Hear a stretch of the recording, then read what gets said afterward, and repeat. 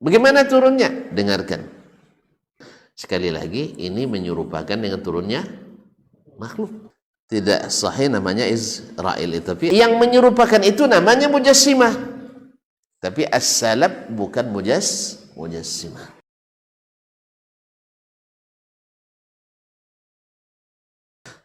Mari kita dengarkan langsung dari orangnya. Bagaimana mereka meyakininya. Qala rahimahullah. Wa yuthbitu ashabul hadithi nuzul Rabbi subhanahu wa ta'ala kulla laylatin ila sama'id dunya min ghairi tashbihin lahu binuzulil makhluqin wala tamthilin wala takyifin bal yuthbituna ma athbatahu Rasulullah sallallahu alaihi wasallam wa yantahuna fihi wa yumirruna al-khabar as-sahih al-warid bi dzikrihi ala zahirihi wa yakiluna ilmahu ila Allah. Kayaknya kedua naskah sama ya. Nah, yaitu mereka ashabul hadis menetapkan, artinya mengimani, membenarkan nuzul Rabbi, turunnya Rabb kita Allah tabaraka wa ta'ala kulla laylatin, setiap malam, ila as-sama'id dunya, sampai turun ke langit, di langit pertama. Jelas? Baik. Lalu kalau begitu tasbih tak? Bagaimana turunnya? Dengarkan. Min ghairi tashbihin lahu binuzulil makhluqin, tanpa menyerupakannya dengan turunnya para makhluk. Orang-orang yang di dalam hatinya banyak syubhat, dia akan bilang, gitu ya. Pertama yang sudah disebutkan tadi, berarti kosong aras, gitu ya.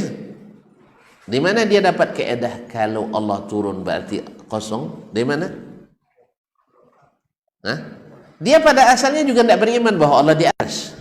Tapi kok dia pakai hujah sekarang kosong arsy? Dia asalnya juga tidak beriman Allah istawa ala arsy, Allah hanya menguasai arsy. Tapi untuk menolak ini juga seolah-olah mereka mengisbat bahwa Allah di atas arsy, supaya ini tertolak juga. Kenapa? Karena mentashbihkan. Karena dalam arti mereka turun itu tak ada kecuali turun makhluk. Yaitu dari atas ke bawah.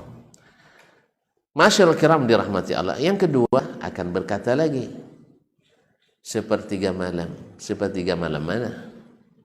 Gitu ya. Malamnya orang Jepang dengan malamnya orang Brazil pasti beda, ya tak? Kalau gitu tidak mungkin Allah turun di sepertiga malam, padahal hadisnya berlaku untuk umum. Kan itu tuh. Sekali lagi ini menyerupakan dengan turunnya makhluk. Sebenarnya kalau tuan-tuan mau menggunakan sedikit saja logika yang sehat, ya logika yang sehat, seperti mimpi. Dua orang tidur di tempat yang sama. Sudah punya istri belum? Berapa? Baru satu. Alhamdulillah. Senang lah istrinya dengar. Pernah nggak mimpi, sama-sama mimpi dalam satu waktu? Nggak pernah juga. Antum tidak setia nampak. Kalau saya pernah mimpi aja beda. Maksud saya begini, istri mimpi sepertinya di waktu siang, suami mimpi sepertinya di waktu malam, padahal di tempat yang sama. Apakah antum tidak percaya bahwa mimpi itu ada? Percaya tidak mimpi itu ada? Perlu bukti. Kan pernah mimpi sampai harus mandi kan? Ikan bukti itu bahwa itu mimpi itu memang ada. Antum mimpi berkelahi, kecapean, minta minum habis itu, iya kan? Nggak pernah juga. Memang antum aneh nih, tidak ada pernah mimpi senang, tak ada mimpi kepayah pun tak ada. Doalah sama Allah dikasih mimpi. Artinya apa? Kenapa ini mungkin terjadi? Satu pergi ke Tokyo, satu pergi ke Washington misalnya, ya saya, padahal dia tempat yang sama. Antum akan jawab alamnya lain. Alhamdulillah.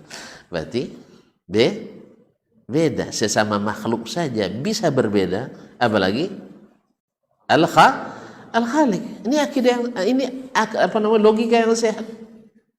Kenapa antum nak paksakan juga sama turunnya Allah dengan turunnya makhluk? Jangan paksakan. Nanti kalau antum ingkari ini, antum akan ingkari lagi nanti kiamat hari apa?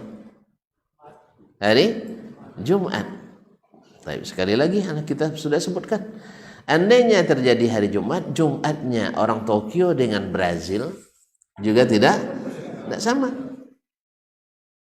Nah, apakah dalam kajian antum bahwa kiamat itu berlaku secara parsial, beransur-ansur?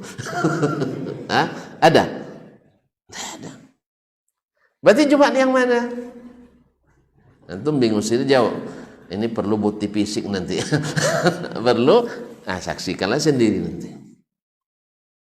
Makanya Allah SWT Maha Kuasa untuk menyatukan sepertiga malam Washington dengan sepertiga malam Tokyo. Itu urusan Allah. Makanya jangan urus urusan yang bukan urusan antum. Itu bukan kerjaan kita.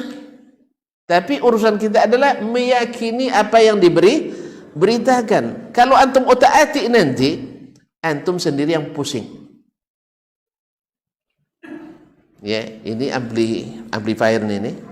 Kalau sempat storming misalnya suaranya, antum jangan ikut, antum bukan ahlinya, ya tak? Kalau ikut rame-rame nanti tambah bagus atau tambah buruk? Tambah buruk. Makanya kita bukan ahlinya.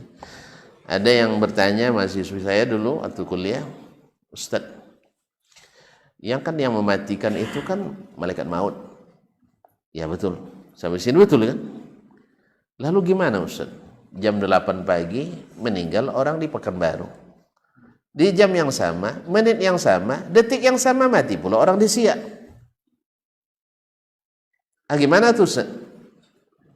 Saya jawab sederhana aja, saya nggak tahu. Saya nggak pernah ketemu malaikat maut. Sebab kalau udah ketemu, kita nggak bisa berkomunikasi lagi. Saya nggak pernah ketemu malaikat maut, maka saya nggak tahu. Dan dia juga tidak pernah memberi laporan ke saya. Antum nggak disuruh ngurus yang seperti ini, betul kan? Kan nggak suruh gimana kerjanya, kerja kita aja nggak selesai. Makanya kerja kita mengimani bahwa Allah menugasi malaikat mencabut nyawa, namanya malaikat maut. Sampai antum nyanyikan bila Israel kan, walaupun secara riwayat tidak sahih namanya Israel, tapi ala kulli hal masalah nama tidak ada masalah. Ma'asyiral kiram dirahmati Allah SWT.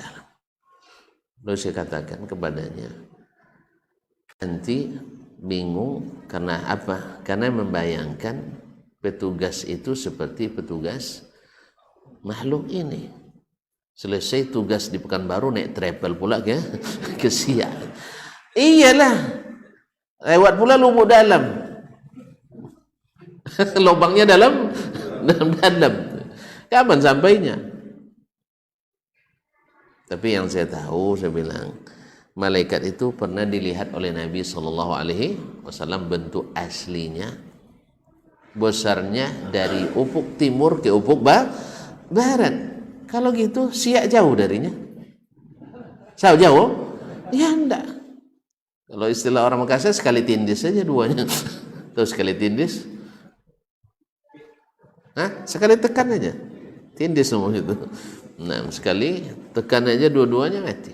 Lalu saya, karena dia makhluk, saya pakai analogi makhluk juga. Malaikat maut kan makhluk kan? Saya pakai analogi makhluk. Kalau salah, saya istighfar pada Allah SWT. Ini meja saya nih, saya. Kalau diletakkan semut, muat berapa? Nah, bingung dia ngitung kan? Pokoknya banyak, banyak. Ada 1.000 lebih, 100.000 lebih, 1.000.000 lebih. Andai saya nak mematikan dalam satu waktu 100 ekor. Hah? Payah apa susah? Payah apa susah? Hah? Tidak ada susahnya. Sebab bagi saya yang besar, ke semut itu dekat. Sedangkan semut menuju saya itu jauh, perlu qasar salatnya, musafirnya. Nah, jelas. Wallahu akbar. Allah lebih besar. Ma'asyarul kiram dirahmati Allah. Jadi mereka mengimani nuzulnya, turunnya Allah tanpa menyerupakan dengan turunnya makhluk. Nah, yang menyerupakan itu namanya mujassimah. Tapi as-salaf bukan mujassimah. Cuman orang-orang khalaf supaya salaf itu jatuh, maka dia kira as-salaf itu mujassimah. Maksudnya yang mengaku mengikuti as-salaf seperti kita ini.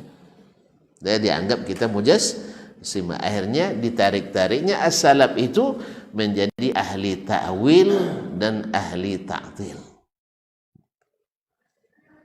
Apa dalilnya? Menurut kami bawa satu huruf dari mereka menolak nuzul, bawa satu huruf dari Ibn Abbas, dari Abdullah bin Umar, dari Aisyah radhiyallahu anhum ajma'in, bahwa mereka mengatakan tidak mungkin Allah turun karena kalau turun menyebabkan tasbih. Atau mereka mengatakan bahwasanya ini tidak dimaksud makna asli, tapi maknanya hanya Allah yang tahu, sehingga mufawwidah. Ya, ke atas kaki tidak ketemu nanti.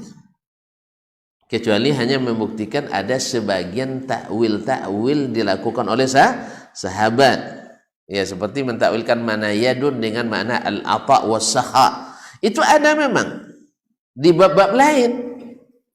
Wajah dengan ridha ada memang, tapi di bab lain, bab bukan dalam bab menisbat sifat. Ada takwil memang, takwil yang sahih, tapi pas disifat persifat nggak ada, tak akan ditemukan. Justru yang ada adalah mereka mengimani apa yang dikatakan Allah dan Rasulnya Shallallahu Alaihi Wasallam. Jadi kita ini dilempelkan ke kita mujassimah. Lalu para sahabat, para tabi'in ditarik-tariknya untuk ikut ahli ta'wil, seolah-olah mereka ahli kalam semuanya. Ya, mazhab akidahnya Asy'ari atau Maturidhi. Allah musta'an. Padahal Abul Hasan Asy'ari baru lahir 260 Hijriah. Masyarul kiram dirahmati Allah.